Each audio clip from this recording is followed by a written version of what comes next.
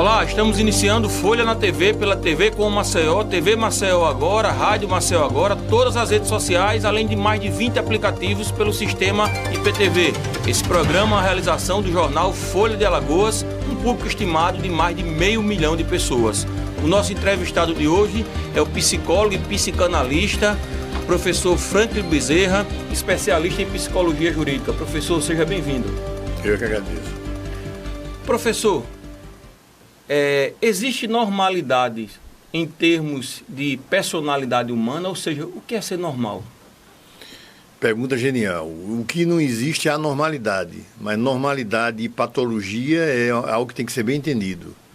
Normal seria um indivíduo que tem traços psicopatológicos mais ou menos harmônicos, que convive entre si sem impossibilitar e sem capacitar esse indivíduo para o trato social. Isso seria normalidade. Patologia seria esses traços extremos, impossibilitando o convívio social, o trato social, o convívio laboral, o convívio afetivo, emocional da pessoa. Ou seja, tudo aquilo que é extremo no sentido de comportamento pode estar caracterizado dentro de um espaço de patologia. Que torna a vida do homem, assim, digamos, conflituosa no meio social. Conflituosa e incapacitante. Ele perde o indivíduo que tem problemas mentais graves, se não for tratado, ou se for não bem tratado, ele entra numa probabilidade de vivenciar uma incapacitação muito grande de trato social. Então, o relacionamento de trabalho dele, afetivo, emocional, sexual, fica geralmente comprometido. Falando em doenças mentais, professor, quais as principais doenças mentais que levam o homem ao cometimento de crimes? As doenças mentais, e é preciso que se entenda o que é doença mental é uma coisa gravíssima e não pode ser negada. E o indivíduo submetido a uma doença mental, ele altera o juízo, desorganiza o pensamento, ele apresenta uma característica de incompatibilidade com a normas e códigos sociais, ele alucina, ele delira geralmente. Então, o indivíduo doente mental é um indivíduo problemático, se não bem tratado, ele pode proporcionar riscos à vida dele e à vida de outras pessoas. Mas se for bem tratado, se for bem medicado, se for passar por uma psicoterapia de apoio, ele pode conviver muito bem socialmente. Mas existem algumas doenças, professor, para que fique claro para o telespectador, porque é uma coisa tão comum, né, no nosso dia a dia, existem algumas doenças assim, mais propícias, ou seja, o portador daquela doença está mais propício a cometer o crime? É o que nós chamamos de personalidade com potencial criminoso. Né? Um indivíduo que é esquizofrênico, principalmente determinados tipos de esquizofrenia, e não é tratado, ele tem uma probabilidade maior de cometer crime. Porque ele vive um juízo alterado, ele vive uma ideia desconexa, ele vive ideias delirantes, ele vive alucinações e delírios, que fazem com que o universo vivencial seja vivido por ele como uma coisa incompatível. Mas fique claro aqui, essa pessoa esquizofrênico não é todo esquizofrênico, é um esquizofrênico não tratado em determinados tipos, para alcançar esse status, entre aspas, de potencial criminoso. Capacidade de potencial criminoso. Não quer dizer que ele seja criminoso, quer dizer que todo esquizofrênico é criminoso. Pelo contrário, em relação aos crimes hediondos e crimes bárbaros, a gente pode dizer que menos de 13,5% são cometidos por doenças mentais. Então essa onda de isso é coisa de doido, isso é a maior falácia que pode existir. É um preconceito, na verdade. Isso é um preconceito criminoso. Quem realmente comete crime em alta escala é a pessoa considerada normal. Exatamente. É a pessoa que não reúne essas características de adoecimento psíquico. São pessoas como nós, que têm um nível de perversidade muito grande, um nível de insensibilidade muito grande e um nível de naturalização com a violência. Professor, o psicopata provoca, ao mesmo tempo, temor e fascínio. A televisão, o cinema, a literatura, reiteradamente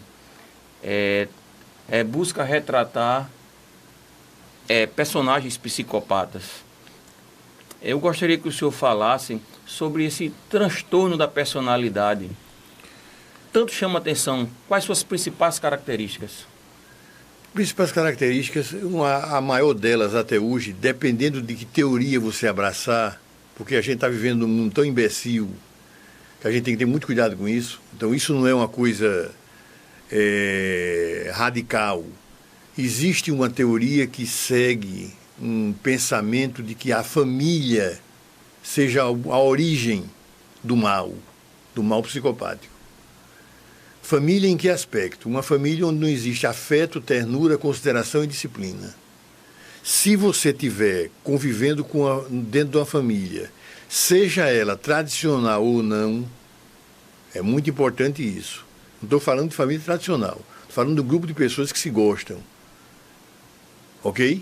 Então, se existe um grupo de pessoas que se gostam, que se consideram e querem viver juntos, essa pessoa já está inoculada contra a psicopatia, em tese. Minimiza ao extremo a possibilidade desse transtorno da personalidade. Demais até. O que tem se percebido é que, como a família é uma construção, ela é muito colocada em relação à sociedade como uma coisa perfeita. Então, existem famílias que são altamente odiosas, altamente perversas, altamente desconsiderativas, altamente persecutórias, e que a criança é submetida àquela família. Mas quando você vai entrevistar essa família ou vai entrar em contato com essa família, você se depara sempre com a máscara social, que seria uma máscara social de uma família perfeita. Então, por leigo, a criança que não apanha, a criança que tem o que comer, a criança que tem um teto, tem tudo. Não é isso. A prova maior é que a psicopatia, que é a origem do mal, ela está muito mais nas classes médias e altas do que nos pobres.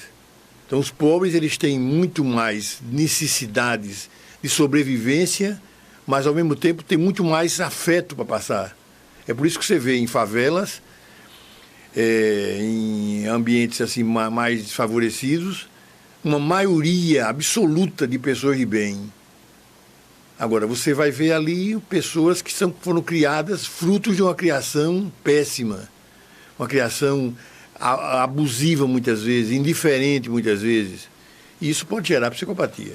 Professor, mas a origem, como o senhor bem falou, depende muito da corrente, não é, da teoria que se queira seguir.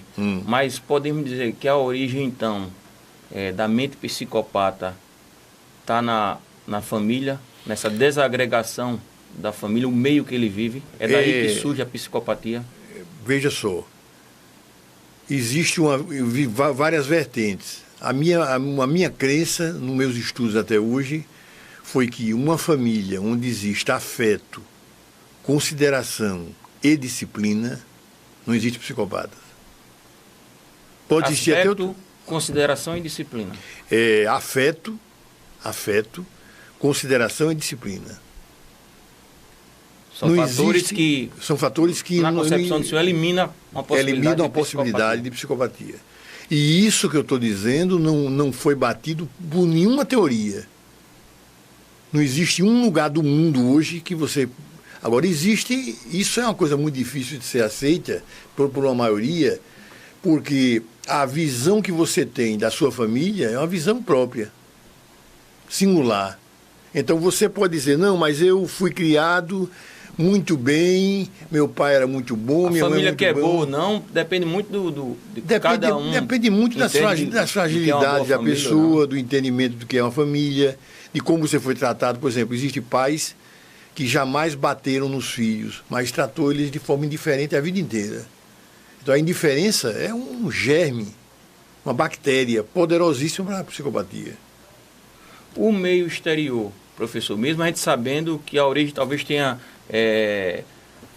a maior participação, né, na possibilidade desse transtorno, mas o meio exterior também interfere? Pode interferir? O meio exterior, ele contribui, porque ele é como se ele solidificasse, cristalizasse o que a criança já traz em essência. Vamos citar um exemplo. Uma criança mora num ambiente de muita pobreza. Ele não tem uma casa boa, ele não tem uma cama boa, ele não tem comida boa, ele não tem... Mas se ele tiver um pai e uma mãe que o protejam, que nos momentos afetuosos, até que se prove o contrário, o psicopata ele não vai ser, não. E imaginando é por isso... o contrário, né? O filho de uma família rica, né? Que tem todos os bens materiais, né, que ele deseja, mas que não tem afeto, é um ambiente ali talvez bem propício para a psicopatia. Bem propício, exatamente isso. Onde existir mais ter do que ser, onde existir compensações materiais em relação a não ser dado à criança afeto, ternura, consideração e disciplina, existe quase que uma probabilidade máxima, porque não existe certeza, existe probabilidade máxima de ser psicopata. Porque aí você diz, que teoria é essa? É uma visão psicanalítica. Até hoje nunca batida. Professor, mas comumente a gente vê falar que a psicopatia ela pode nascer assim, de um episódio, vamos dizer, pontual, casual específico, digamos um estupro, ou algo do tipo. Isso é verdade? Isso eu não acredito. Eu acredito que esse ponto traumático, essa vivência traumática, essa vivência difícil, dolorosa, pode desencadear. Algo que já existe. Algo que já existe. Veja só, um indivíduo pode ser agredido quando criança e buscar uma revanche quando ficar adulto. Mas nem sempre isso acontece se não foi o somatório dessa agressão que ele teve externa com a agressão interna. E a agressão interna é muito importante. Não acontece somente com palmadas, gritos, agressões. Ela pode ser manifesta pela forma mais cruel que existe de situação. Forma silenciosa. Seria a indiferença. A forma silenciosa. Silenciosa e mortal. Eu me lembro que eu conheci um garotão, nessa época eu já era maior, estava fora da sociedade, e que ele era tido como monstro, que ele tinha matado os avós. E todo mundo aceitava facilmente essa ideia de que ele era um monstro. E eu quis saber um pouco da história dele. Besteira, entrevista simples, não foi entrevista psicológica profunda, como a gente tem condições de fazer um relatório psicológico profundo. E o que foi descoberto nas entrevistas com ele foi que ele tinha sido violentado aos 4 anos pelo avô, na presença da avó. E que ele tinha até um apelidozinho de caolho. Veja só, era chamado de caolho porque ele disse que dormia com o olho aberto e outro fechado. E no ambiente que ele estava, tomou isso como uma brincadeira dele. Olha, o cara é insensível. Matou o avô e a avó e ainda disse que é caolho. Mas o caolho era porque ele dormia... Era uma defesa. Ele dormia com o olho aberto e outro fechado. Porque era nas madrugadas que o avô descia e pegava ele e violentava. Quando o pai rotula a criança, o pai ou a mãe, você não vai dar para isso o tempo todo. Isso é péssimo. Você não serve. Isso também pode servir como elemento, um estupim, né? Um elemento degradante aí para a personalidade humana. Adicionando isso a outros fatores, sim. Não isoladamente. Não isoladamente. Porque quem faz isso com a criança, você não vai dar para nada, e faz isso cotidianamente. Então, essa criança é submetida a essa agressão cotidianamente. O ambiente é ruim, né? O ambiente é ruim. Você usou o termo correto. O ambiente não é bom. A psicopatia ela não é uma doença mental? Perfeito. A psicopatia não é uma doença mental. É uma problemática de caráter. É uma perversão do caráter. Psiquiatricamente falando, a gente podia dizer que seria um transtorno de personalidade. Mas dentro do entendimento psicodinâmico ou psicanalítico, seria uma perversão do caráter. É porque até o nome, né, professor? Essa nomenclatura, psicomaspatia. Né? Psicomaspatia, doença, do psico. E aí onde se depara com a necessidade de bons esclarecimentos, porque problemas psíquicos nem sempre são problemas mentais. Verdade. Não é isso? Quando você fala de transtorno psíquico, você pode estar falando de um transtorno de personalidade, que você aprende a trabalhar, você pode ser muito bem acompanhado terapeuticamente. E doenças mentais, aí são coisas que afetam ao juízo, o pensamento do indivíduo, e aí podem gerar uma situação irreversível. Passou-se a usar também a expressão, na verdade, professor, de sociopata. É a mesma coisa. Concorda? É a mesma coisa. É a mesma coisa. Foi uma tendência, vou usar esse termo bem ridículo. Foi uma tentativa, uma tendência de colocar tudo para o meio social. Como se a família não fosse o primeiro meio social significativo. Quando você pensar em sociopata, você pensa que é um sinônimo exatamente igual a psicopata. Agora, foi uma tentativa de colocar a psicopatia dentro de um entendimento de meio social. Então, por exemplo, o indivíduo vive num meio social carente de tudo, digamos, se é possível isso. Esse cara já é propenso à psicopatia. Não. Nas pesquisas, nas últimas pesquisas que foram feitas, 300 psicopatas dos Estados Unidos, em 99, 78,2% tinham sido violentados, abusados por padrastos, por namorados de mãe bêbada. Então, em regra, a origem está na família. Quando você entende o que é família, que a gente está vivendo numa época onde família só se pensa na família tradicional, eu não penso dessa forma. Eu penso que dois homens podem muito bem criar um filho, se eles tiverem estrutura psicológica sadia, harmoniosa. Pode acontecer. Existem famílias diversas. O importante não é como vive a sexualidade daquela pessoa, é como aquela pessoa vive com ela mesma. Se é uma pessoa que vive bem com ele mesmo, ele pode ter um relacionamento com uma pessoa do mesmo sexo e passar carinho, afeto, ternura e consideração e disciplina. Claro. As principais características, professor, da psicopatia? Da psicopatia. Da psicopatia são, em primeiro lugar, insensibilidade. São extremamente insensíveis. Perversos, de perversidade.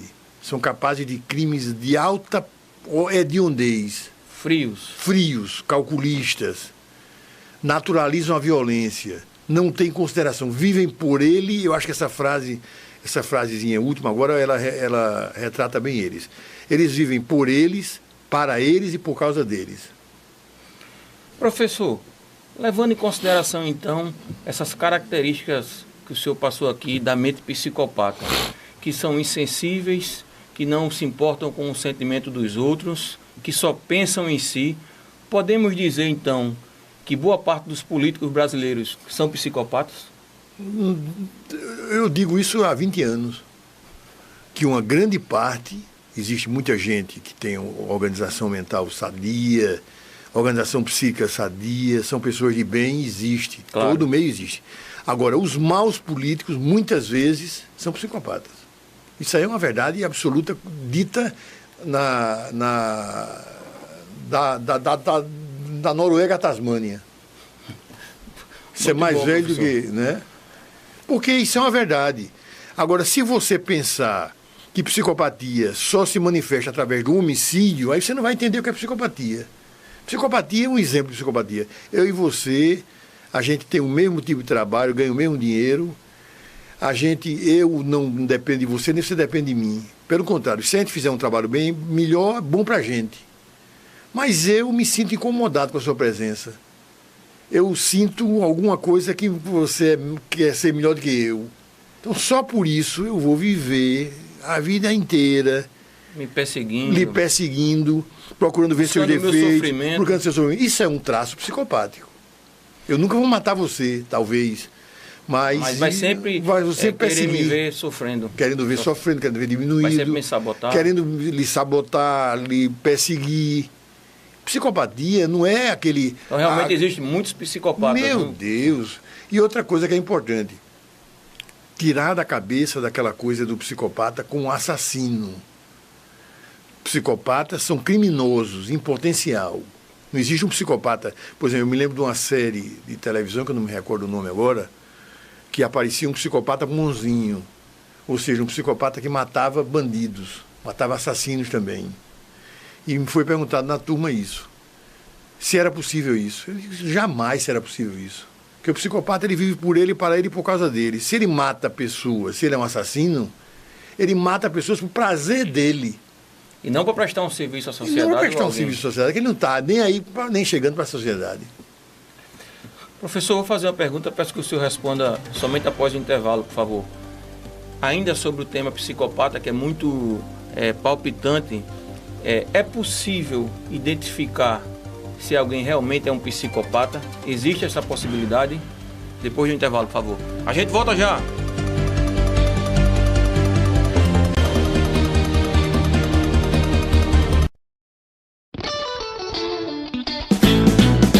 Sua vida, sinta essa alegria. Refresco Coringa é bom todos os dias. São 10 sabores pra você escolher. Curtir com a família no esporte ou no lazer. Refresco Coringa, você faz 1 litro usando apenas um sachê. Refresco Coringa, é rico em ferro, vitamina A e C. Refresco Coringa.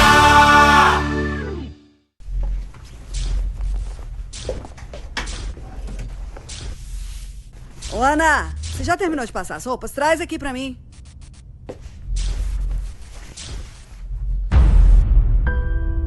Ana tem 13 anos e teve sua infância destruída trabalhando como doméstica. Isso precisa mudar. Trabalho infantil. Você não vê, mas existe. Estamos de volta com Folha na TV, pela TV com Maceió, TV Maceió Agora, Rádio Maceió Agora, todas as redes sociais, além de mais de 20 aplicativos pelo sistema IPTV. Esse programa é uma realização do jornal Folha de Alagoas para um público estimado de mais de 500 mil pessoas. O nosso entrevistado de hoje é o psicólogo, psicanalista, especialista em psicologia jurídica, um dos profissionais que mais entende desse assunto no Brasil, professor Franklin Bezerra. Professor, deixamos aqui no ar, antes do nosso intervalo, uma pergunta sobre a possibilidade de se identificar efetivamente o psicopata. Ou seja, existe um método, existe alguma forma de eu dizer essa pessoa é uma psicopata? É muito difícil. Quando você conhece eles na sociedade, é muito difícil que eles se camuflam, né? É uma das características dele também. Eles são verdadeiros camaleões. Na sociedade, se você conhece ele desde criança, é mais fácil. Porque são crianças que têm um problema sério de perversidade em relação a animais inferiores. Eles gostam muito de torturar animaizinhos. Eles assumem posições assim, de agressividade em relação a seres indefesos, animais ou vegetais. Então, esses são traços que já devem dar um a ser indício. Observados. São indícios. Indício. Por exemplo, esse indício vai até 9, 10 anos de idade. Depois a coisa começa a se cristalizar, aí vai ficar mais difícil. Mas até 8, 9 anos de idade você tem condições de identificar, porque são pessoas que têm uma atitude muito fria na relação. São crianças muito frias, né? Em primeiro lugar, tudo tem a ver com o ambiente familiar. Você precisa conhecer o ambiente familiar, porque a criança pode ser a projeção do ambiente familiar, como é no bullying. No bullying se quer encontrar doença mental no bullying, mas o bullying é a projeção da problemática mental, estrutural, familiar, no meio social, escola. E, professor, a gente percebe que há um preconceito muito grande quando se fala de doença mental. E, às vezes, querem atribuir tudo à doença mental. Exatamente. Que é um grande equívoco, não é isso, professor? É um grande absurdo, porque, mais uma vez eu digo, em termos estatísticos, os crimes de maior perversidade, de maior hediondez, são insignificantes em relação ao número de doentes mentais que praticam. Então, o doente mental, quando não medicado, quando não acompanhado psicologicamente, psiquiatricamente, quando não bem tratado, ele pode, porque ele está submetido a uma doença poderosa. Para você ter uma ideia, um doente mental não tratado, ele pode entender a família dele como objetos maus e destruí-los. Mas ele não está destruindo por perversidade, por ruindade, nem para se dar bem. Ele está fazendo aquilo porque ele está enxergando uma realidade distorcida. É comum se confundir o psicótico com o psicopata. Perfeito. Não é, professor? Qual a principal diferença? Psicótico seria sinônimo de doença mental. Quando você fala assim, psicótico homicida, você está falando de uma pessoa portadora de uma doença mental que chegou ao crime. Esse tem alucinações, por exemplo, diferentemente do psicopata, que enxerga sempre a realidade. Esse pode ter distúrbio no juízo, no pensamento, no senso-percepção, alucinação e delírio. Pode ter em relação ao embotamento afetivo. Esse tem problemas mentais. Psicopata, não. Psicopata, não. Psicopata só tem um nome. Ele não tem alucinação. Não, ele vive sempre a realidade. Ele vive sempre a realidade, não sai dela e se beneficia dela o tempo todo. E essa pergunta sua final foi muito importante no final da entrevista, porque quando a gente pensar em doença mental, a gente pensa assim, em alguém que não faz nada de propósito, não faz nada porque é ruim, não faz nada porque não quer deixar de fazer, faz porque sofre, faz porque tem medo. As agressões de doenças mentais geralmente são agressões por medo, porque o objeto real é tido como persecutório, perseguidor. Então, se o objeto real é tido como perseguidor, eu vou me defender daquilo que está me perseguindo, independente daquilo que está sendo real ou não. Professor, o Adélio Bispo, do ataque a Bolsonaro, ficou bem conhecido. Na sua concepção, ele seria um psicótico, um psicopata, um militante a serviço de alguém ou um brasileiro revoltado que de repente surtou? O pouco que a gente sabe, porque a gente tem pouca informação, mas o pouco que eu vi e acompanhei, o crime dele foi um crime que, na minha opinião, foi um crime premeditado. Foi um crime de muita naturalização com a violência, muita insensibilidade, e ele lutou para quebrar. Ele não foi brincando, ele foi para matar mesmo, realmente, na minha opinião.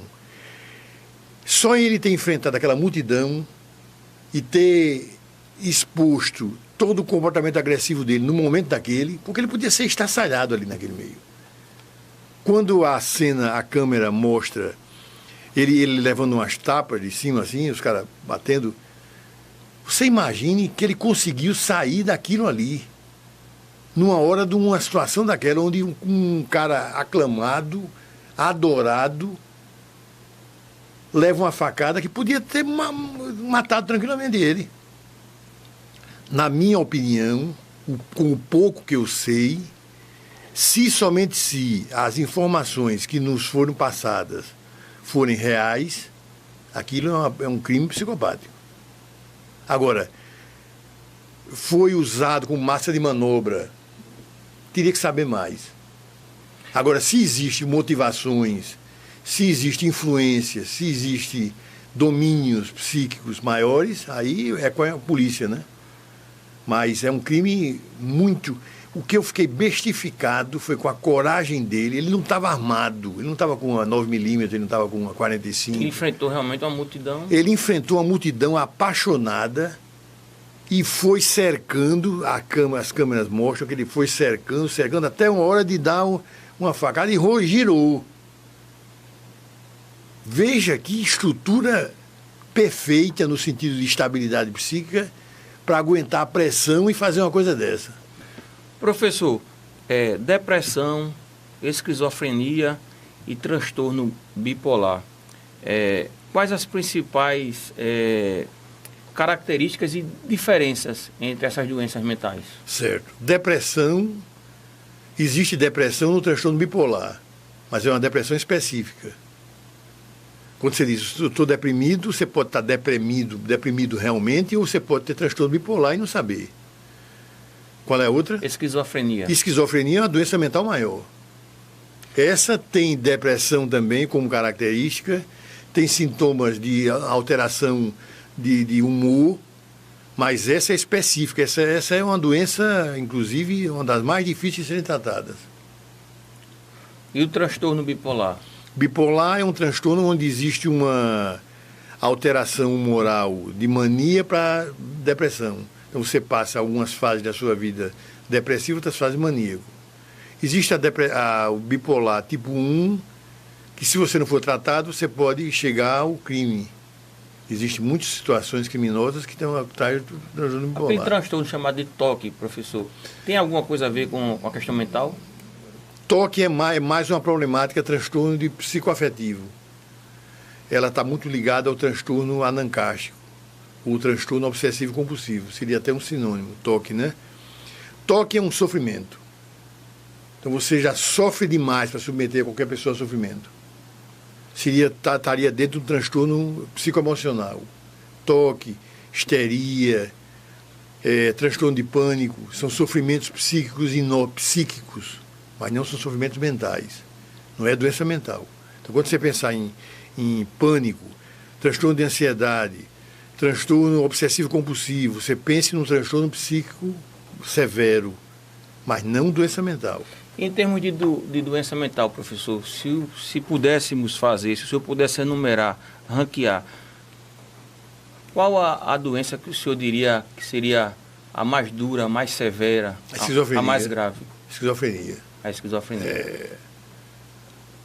Muito difícil o tratamento, as alterações de juízo e de pensamento impossibilitam muitas vezes o sucesso do tratamento, mas uma grande maioria, graças a Deus, pode ser tratado psicologicamente e psiquiatricamente.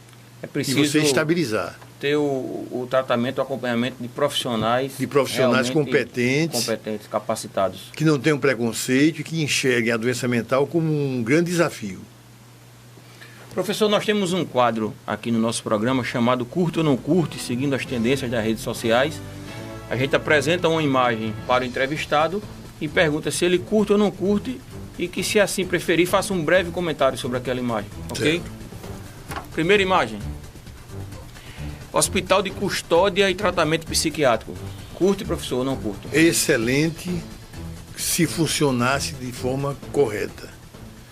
No dia que o hospital de custódia ou o manicômio judiciário funcionar da forma correta, com as condições, com os treinamentos, com as capacitações e com o investimento necessário, vai ser... Mas hoje, o senhor curte ou não curte? Da forma como eles são hoje? Não, hoje não. Hoje falta muita coisa. Próxima imagem. CAPS. Centro de Atenção Psicossocial. Muito importante. Precisava ser muito valorizado isso aí e investido. O senhor curte? Muito. Próxima imagem. Nise da Silveira. Maravilhosa, né? Eterna musa da psicanálise junguiana. Muita contribuição ao entendimento de loucura, principalmente esquizofrenia. Mudou a forma, né, como se tratava os doentes. Mudou a forma, o entendimento. Da tortura. Humanizou, deu a possibilidade de uma visão mais humana sobre a doença mental. Isso é genial dela. Ela demonstrou que a doença mental não era aquele ser improdutivo, aquele ser que nasceu para nada, não. Existem pessoas que têm genialidade musical, genialidade pictória. Ela iniciou com oficinas, né, para os doentes mentais. Exato. Genial, maravilhosa. Então o senhor curte, claro. Curto muito. Próxima imagem. Hospitais psiquiátricos públicos. É um mal necessário, que não funciona como devia funcionar. Da forma como são hoje, o senhor não curte? Não curto. Mas não nego a necessidade deles. Claro. Próxima imagem. Comunidades terapêuticas para doentes mentais. Importante. Eu não sei como é que funciona, mas é muito importante. Vez ou outra tem algumas denúncias, né? Às vezes... É porque quando se fala de doença mental, existe muito estigma. Existe muita gente errada no lugar errado. Eu sempre digo isso, como gestor ou como subordinado. Mas a proposta de comunidade terapêutica é muito boa. Então, o senhor curte? Curto. Professor, estamos chegando ao final do nosso programa. Eu quero aqui agradecer a participação do senhor, renovar o convite para uma próxima oportunidade, dizer que é uma honra para a gente, e especificamente para mim, eu falo para você, telespectador, tive a oportunidade, né, de ter aula com o professor Franklin, numa especialização em ciências criminais feita na FAT aqui em Alagoas, e eu posso dizer que foi uma experiência maravilhosa. Pelo nível, né, de conhecimento do professor Franklin, realmente um dos grandes especialistas nessa área. Então agradeço ao senhor, professor Franklin, reitero o convite e deixo aqui o espaço para suas considerações finais, por favor. Em primeiro lugar, eu que agradeço a possibilidade de estar transmitindo poucos conhecimentos, mas o mais esclarecedores possíveis, e dizer que estou sempre aberto para discussão e debate nesse nível. Existem coisas que só podem ser debatidas dentro de um certo nível. Por quê? Porque é preciso que você saiba o que você está querendo perguntar. Ou você tem uma ideia do que está sabendo perguntar. Porque se você não souber, não tiver uma ideia, você vai fazer o quê? Você vai fazer perguntas tolas e vai se perder um tempo enorme discutindo o sexo dos anjos. Então eu agradeço a você, como entrevistador, está de parabéns. E vamos para a próxima. Obrigado, professor Franklin. Agradeço ao senhor. Agradeço a você. Espero que a gente possa se encontrar numa próxima oportunidade. Folha na TV, o nosso compromisso é com a verdade.